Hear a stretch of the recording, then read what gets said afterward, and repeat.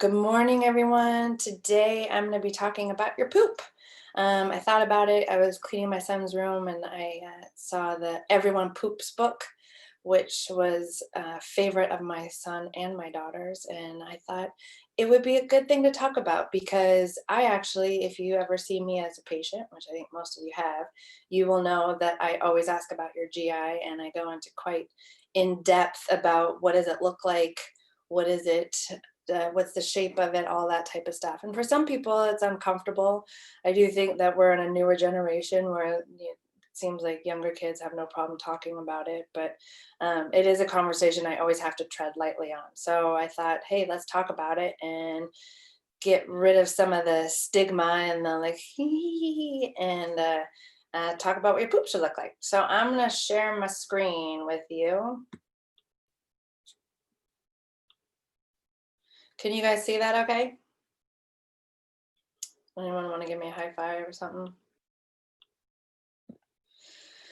Um, Great. So your poop, or as we like to call your bowel movements, 75% of it is made out of water, 25% is undigested fiber, another 25% of it is dead bacteria, and another 25 is live bacteria, mucus, fat, dead cells, all that type of stuff. And so the consistency of your poop can actually, or your stool can help us really figure out is this person dehydrated? Are they getting enough nutrients? That type of stuff. And we use the Bristol chart. If what you're looking at is the Bristol chart over here, right? You guys can see it. I don't think anyone gave me a high five. Maybe. Anyways, so the first one, type 1, that's going to be hard little separate little clumps. Usually we call them like chocolate covered raisins, or we say rabbit poop. These are hard to pass. These are an indication of very constipated. The next one would be more of a sausage shape. People sometimes call it payday bar. That is another indication you are dehydrated, but not as severe. The next type 3, is going to also be sausage shaped, but it's going to be more well formed. There might be some cracks, but they're going to be more superficial. People tend to say, think of it as a corn on the cob. And then we have our smooth type 4, which is going to be more like a snake or a hot dog. This is way more of the normal range. 3, 4, 5, I would say, is where the majority of people are. But we would really want to shoot for type 4. Type 5 is going to be more like soft blobs, not going to be well shaped, with like kind of clear cut edges. This is going to be, it's going to pass easily. It's going to look a little bit more like popcorn. And that means that you might be lacking some fiber, while the very constipated person might be dehydrated, not enough water and not enough fiber as well. And then when we get to type 6 and type 7, we're looking at inflammation. This is going to be your different types of diarrhea. One's going to be more like the type 6 is what I always tell people, is it soft serve ice cream? I would say a lot of people come in telling me, that they have diarrhea, but really they have soft serve ice cream. This is going to be an indication of that they are dehydrated, maybe some sort of inflammation in the gut. That's when I'm going to start to look for food intolerances or, leaky gut syndrome, SIBO, that type of stuff. This would be a good time to really start focusing on rehydration and getting those nutrients back in. And then type 7, we're looking at more severe diarrhea. It's going to be no solid pieces. It's going to look a lot more like chocolate ice cream, chocolate milk. And it's going to be more of an indication of infection, maybe especially if the person has had pain or fever or that type of stuff. Then we have color. The color can be an indication of what's going on in your diet as well. What we want is some sort of shade of brown. If we're seeing yellow, that can be an yellow or gray, that may be an indication of, it's not usually a concern, but it's going to be an indication that maybe medications are affecting you. Maybe you have too much fat in the diet. It can be an indication of not absorbing correctly. Green, on the other hand, can be at the opposite kind of, the yellow, I would be like mild concern. The green, on the other hand, would be maybe it's something you're eating. Maybe you're someone who eats a lot of spinach and kale and that type of stuff.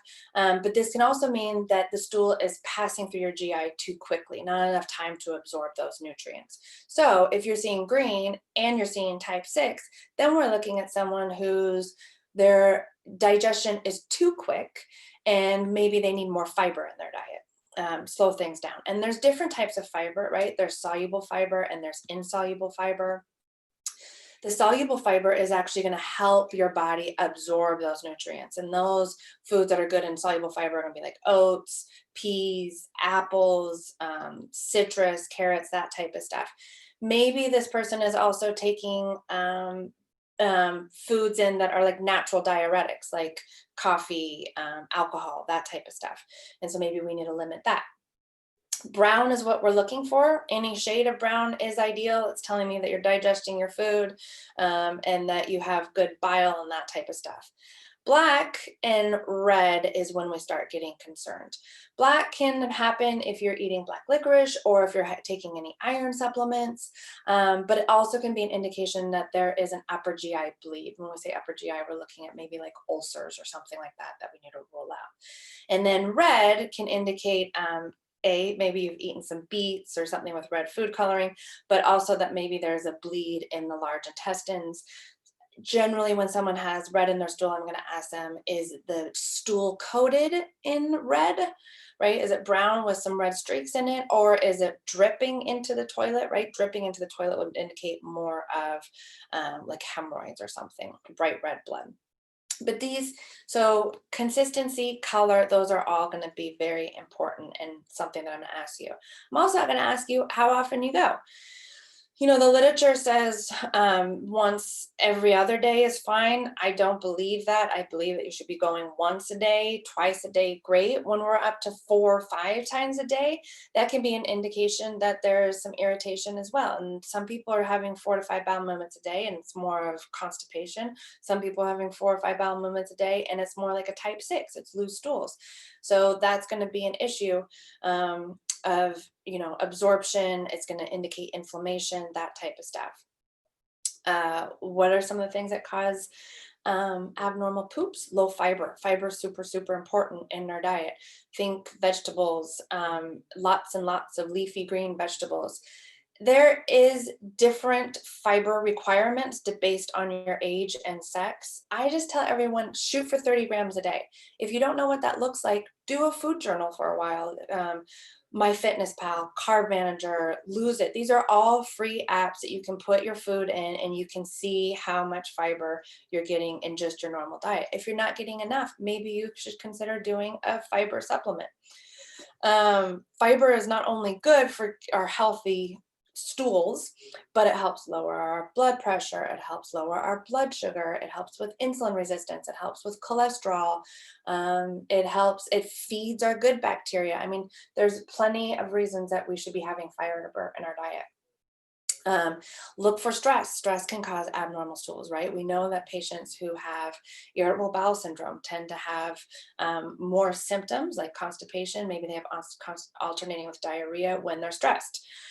Look for food sensitivities, gluten, as in like celiac, lactose, those are all like common go-tos, but I see a lot of patients who have egg, soy, you know, bananas. Like, consider getting a food sensitivity panel to look to see if you know, especially if you're coming in at type 6 all the time. Type 6 is telling me that you know, if most of your stools are type 6, then you're inflamed, and we should look at where that inflammation is, because we do know from my countless lectures, inflammation is at the heart of all disease. So we need to get to the source of inflammation, and your GI is always a great place to look.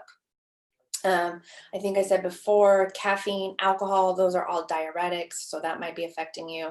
A high fat diet can affect you. You know, high fat diets can make your poop sticky. Some people will tell me how that's sticky, right? They have to flush a couple of times.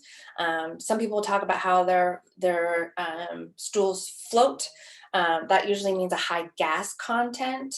That high gas content. So what happens is your bacteria, it when it's breaking down, it releases these gases such as like sulfur and nitrogen.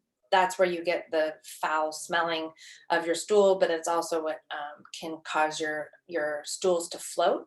And so, you know, look at what you're eating, but you know, some foods are going to be higher gaseous foods, but also that can be an indication that you are someone who has a bacterial overgrowth, and that bacterial overgrowth can be some of the good bacteria that we have in our gut that's supposed to be maybe in our large intestine, but it's migrated in our small intestine, which is called SIBO, or maybe you're missing some bacteria, or maybe you have bacteria in there that shouldn't be growing. So if you have consistently stools that float, maybe that is something that you should be reaching out and talking to me about.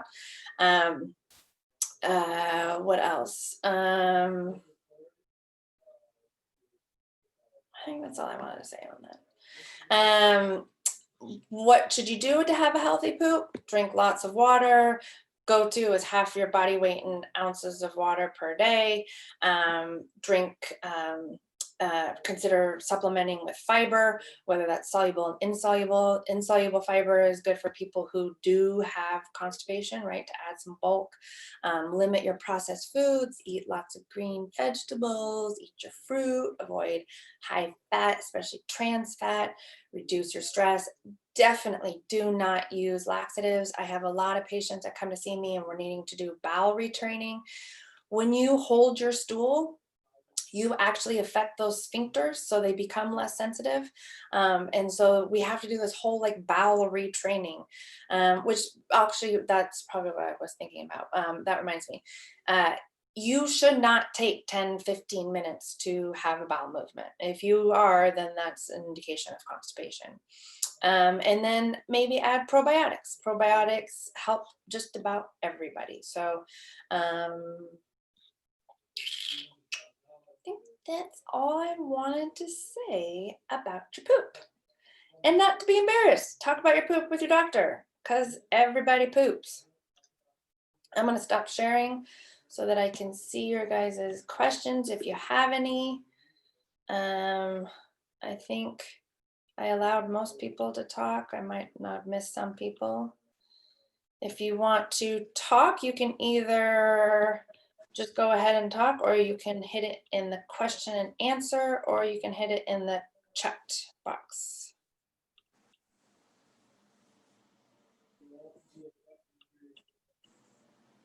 Anybody have any questions?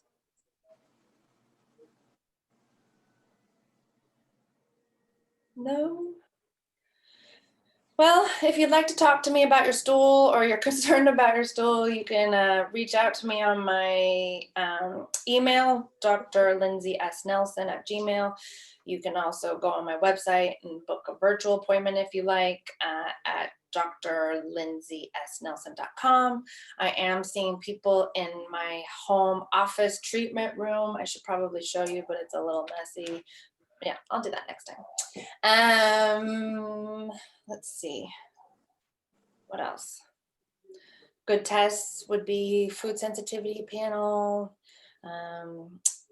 There's also GI health panels where they look at your good bacteria versus your bad bacteria. They look at how well you're absorbing your nutrients, that type of stuff. Those would be all things to consider if you wanted to dive in a little deeper. Any other questions for me? Or any questions? No? All right. Thank you all for attending. I will show my office. I just have to unplug it from my monitor. Can you see that? So I got a treatment bed and everything. It's a small room, but it works. I have everything I need here. And again, like I said, I'm doing virtual appointments if needed. All right, I'm gonna sign off. I'm gonna turn off camera. Thanks, everybody. Don't know what I'm gonna talk about next week. Who knows if a book will inspire me. Bye.